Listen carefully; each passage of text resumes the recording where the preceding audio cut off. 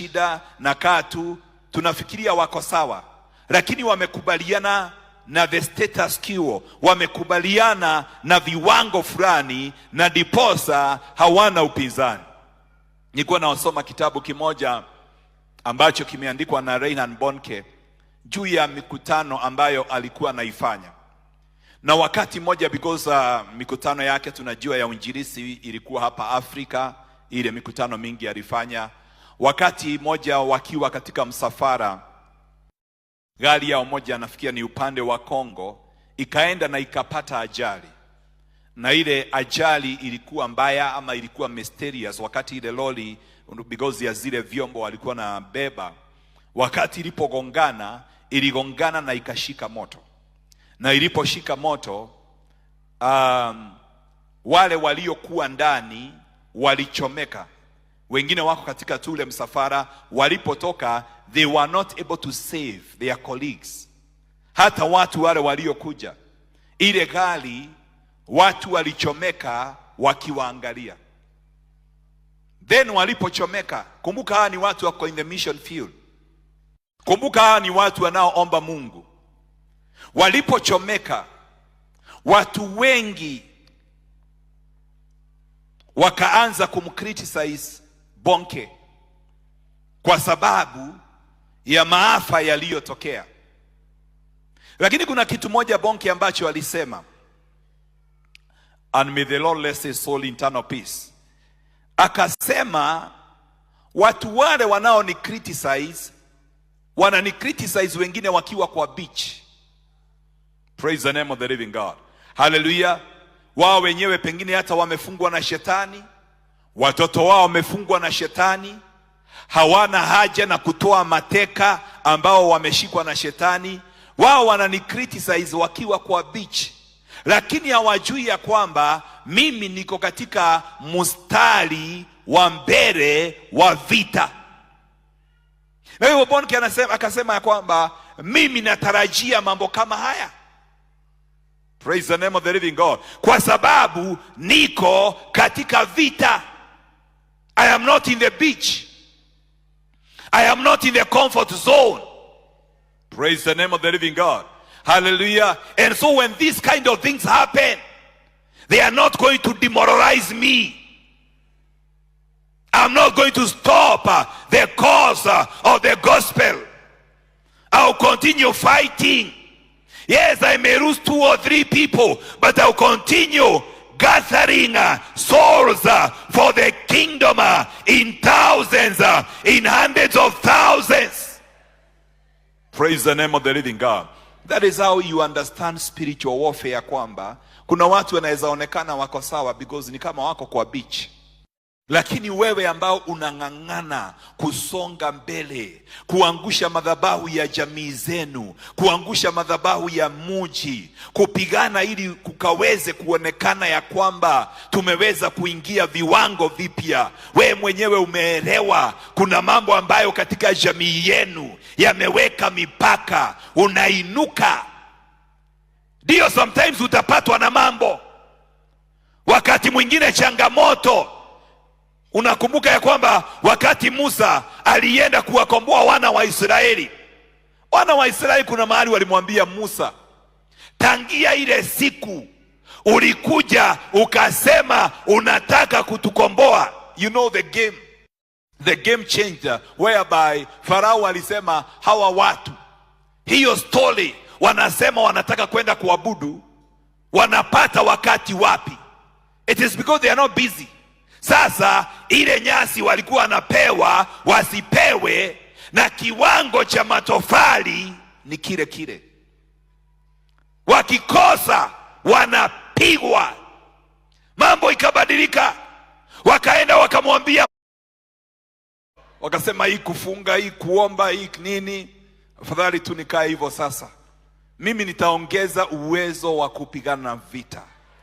Praise the name of the living God. Hallelujah. Na nikionekana kama mambo ni mabaya. Unajua hiyo story ya Bonnke ni kama wakati we lost our 2 pastors. Watu wengine wangetuangalia waone kama sisi ni kichaa, lakini kwa sababu si walikuwa wametoka kupanga mkutano wa MBCI, tulikuwa tunajua ya kwamba tuko katika vita. Praise the name of the living God. Wapendwa, wakati umekubalia kuingia katika vita, kuna watu hawatakuelewa. Praise the name of the living God. Kuna watu hawatakuelewa, na usingojee wakuelewe.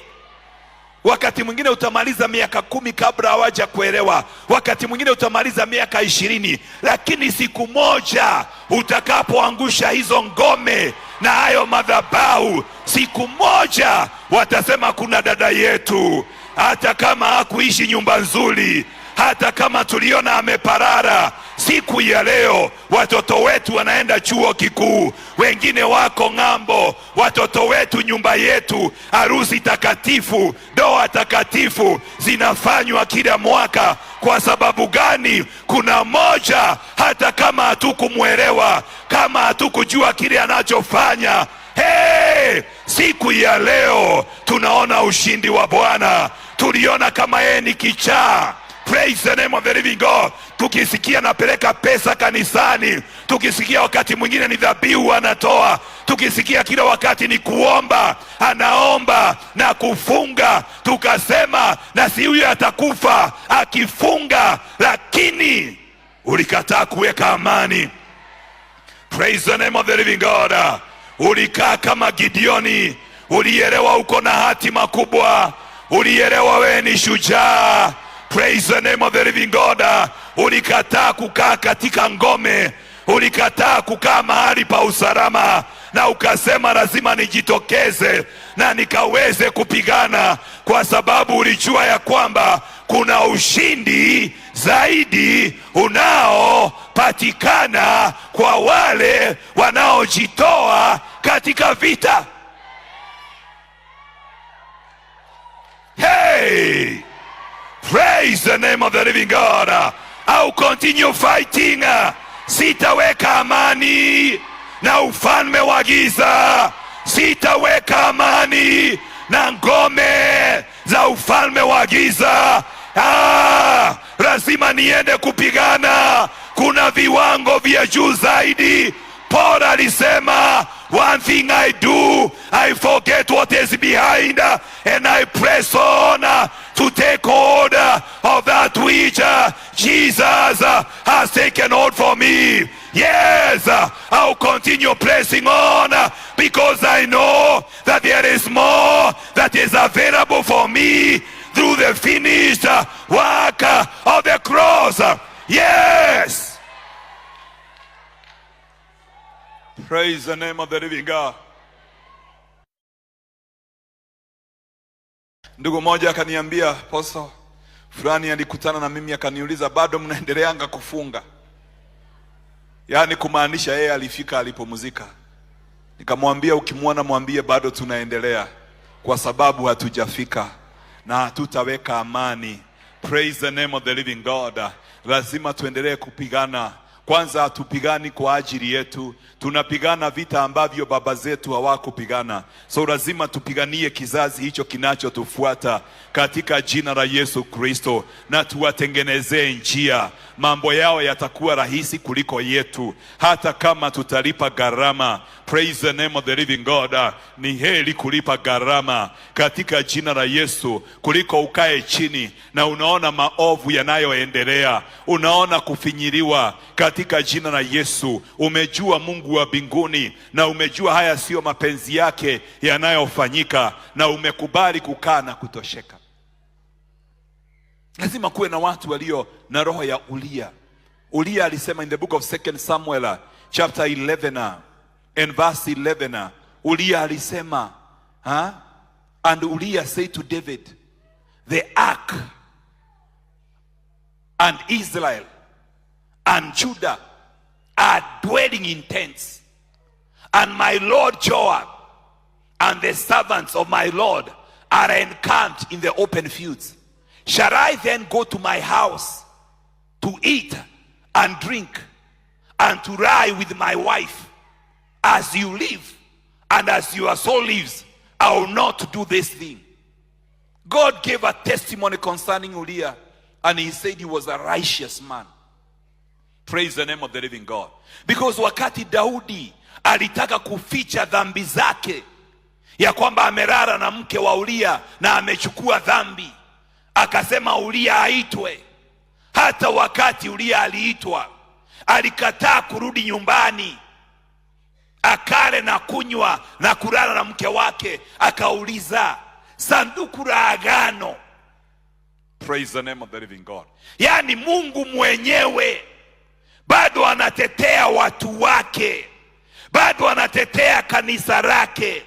Joab, the army commander, wanakaa katika hema, wanakaa in the open fields. They are vulnerable, wako katika baridi, wanaweza kutwa na maadui.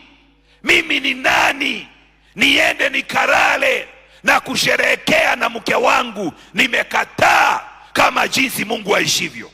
Praise the name of the living God. That is how you understand spiritual warfare. Ya kwamba spiritual warfare siyo sherehe, ni kukataa kurara, ni kukataa na kuwa na sherehe na kusema ya kwamba lazima nisimame, lazima nipigane hizi vita, lazima ushindi upatikane, lazima tuingie kiwango kipya, lazima ahadi za Bwana zikaweze kutimia, lazima Mungu ajulikane katika kizazi changu, lazima makusudi ya Bwana yaweze kutimia katika kizazi changu. Spiritual warfare ni wakati unajitoa na unasema ya kwamba sijajipatia amani.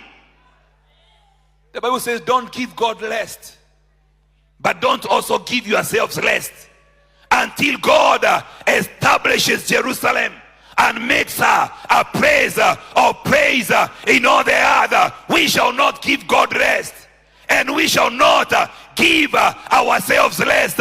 Kuna wakati hata wewe kama mwanadamu na mwili unakuambia nataka nitulie, nataka nipumzike, enda pole pole, lakini unasema I will not give myself rest because there is more that is available for me. Praise the name of the living God. Mimi nimekuwa katika hii safari kwa muda sasa, na nimeona tukitembea na watu wanafika mahali wanataka kutulia, ni kama wanasema Apostle, twende pole pole sasa, mambo hata sio mabaya sana. Praise the name of the living God.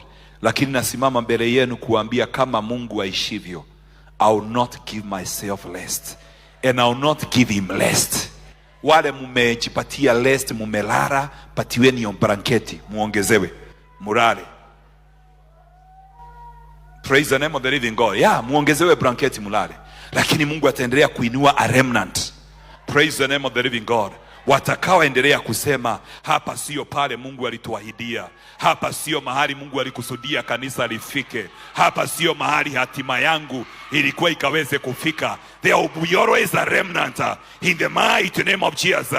Watu ambao watasema ya kwamba kesha haitakuwa mzigo, kuomba hakutakuwa mzigo, kufunga hakutakuwa mzigo, kuishi maisha matakatifu kwangu hakutakuwa mzigo, nitaendelea kujitakasa. Praise the name of the living God. Hallelujah. Jina Bwana. There is always a temptation in life that you get to a place where you feel, I want to go back into my comfort zone. There is that place. And some people have reached that place. A very deceptive place. Because the minute you start going down and relaxing, that is when your enemy will strike. Kati moja nilikuwa natoa mapepo, yakaniambia tunatoka, lakini na wewe siku ile utarudi nyuma. Tunakungojea. Kuna mapepo inakungojea utulie, uende pole pole, uache kuwaka moto, ya kuweke mishare, ya kugandamize, ya kupole.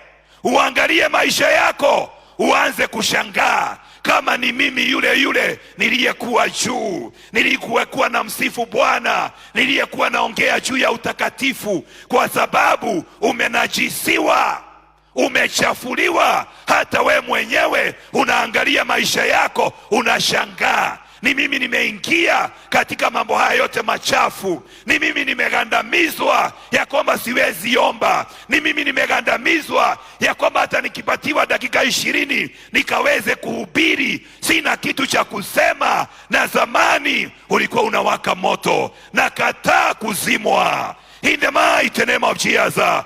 Yes, somebody must come out of their comfort zone in the mighty name of Jesus. Don't give yourself rest. Bado haujafika. Don't give God rest. Wengine ulikuwa persistent kuambia Mungu, angalia hii jamii vile imefungwa, angalia hii jamii imegandamizwa. Lakini ulipoinuka kama Gideoni, adui naye akakukimbiza, mkono wake ukawa juu yako, mambo yako yakaanza kuharibika. Akasema hai, wacha nitulie. Na hivyo ndivyo alikuwa anataka. Kama adui angeulizwa, angetaka Gideoni akae katika ngome, aangalie ngano yake kidogo. Na unaona, Gideoni sio kwamba alikuwa mtu mdogo. Biblia inasema ya kwamba he took 10 of his servants. Hakuwa mtu mdogo. Praise the name of the living God. Lakini alisema hawa watumishi 10 sio kitu. I'll take the risk. Because wengine zile vitu zimefanya utosheke. Praise the name of the living God. Hata Mungu akikuangalia anaaibika. Anasema hiki ni kiwango kweli cha kufanya ulale, cha kufanya utulie, cha kufanya uwe na amani na maadui zako. Hauangalii mambo yale nimekupatia. As we have been reading in the book of Deuteronomy chapter 1 and verse 8, Mungu akawaambia, see, I have set the land before you. Go in and possess in the land which the Lord swore to your fathers. Give us the New Living Transition. The Bible says, look, I am giving you all this land to you. Paka inawekwa exclamation mark. That I am giving you all this land to you. But after the exclamation mark it says, go in and occupy it. For it is the land the Lord swore to give to your ancestors Abraham, Isaac and Jacob. Bwana asifiwe sana. So God gives you the land. Na ni vizuri kuwa aware. Mambo yale Mungu amekupatia. Mambo yale Mungu amekuahidia. Kiwango kile Mungu amekusudia kwa ajili ya kanisa. Bwana asifiwe sana. Hallelujah. I'll never fake anything. I'll never fake miracles. I'll never fake the way things need to be done in the church. I'll never manipulate giving. Those are things I have decided in my heart. I'll continue fighting until that reality, because it is there in Christ, it will manifest itself in the mighty name of Jesus. Praise the name of the living God. Kwani Musa alikuwa na nini? Wakati aliambiwa ajenge the tabernacle, watu walitoa paka wakazuiliwa kutoa. Wakaambiwa ile mmetoa imetosha. Kwani mimi natumikia Mungu gani lazima nidanganye watu watoe bila kuwadanganya na kuwa manipulator na kuwauzia vitu hawawezi kutoa? I'll go for the reality. Praise the name of the living God. I'll not fake anything. I'll pay the cost. Praise the name of the living God. I'll continue fighting. Jina la Bwana lipewe sifa. Kama watu hawezi kutoa, nikiwapatia maono niliyo nayo, nitaendelea kumwamini Mungu. Nimwambie Jehova, nipatie neema zaidi, nipe neema ya kusikika, nipe kibali chako. Praise the name of the living God. Hallelujah. Kama nikiomba kawaida mambo hayawezi kufanyika, au no stage manager any miracle, nitaendelea kuomba na kumwamini Mungu. Sitasukuma watu waanguke chini, sitatega mtu ndio nionekane niko na upako. Hapana. And there is always that temptation. Unaekelea mtu mkono mpaka unasikia tingiziki, unasikia uongeze nguvu ya mugali. Lakini mimi ujiambia hapana. Kama atingizwi, lazima nirudi katika magoti. Lazima niendelee kupigana vita in the mighty name of Jesus. Lazima I go for the reality, because it is there in the Bible. Filipo aliingia Samaria, mapepo yalikuwa yanatoka yakipiga kelele.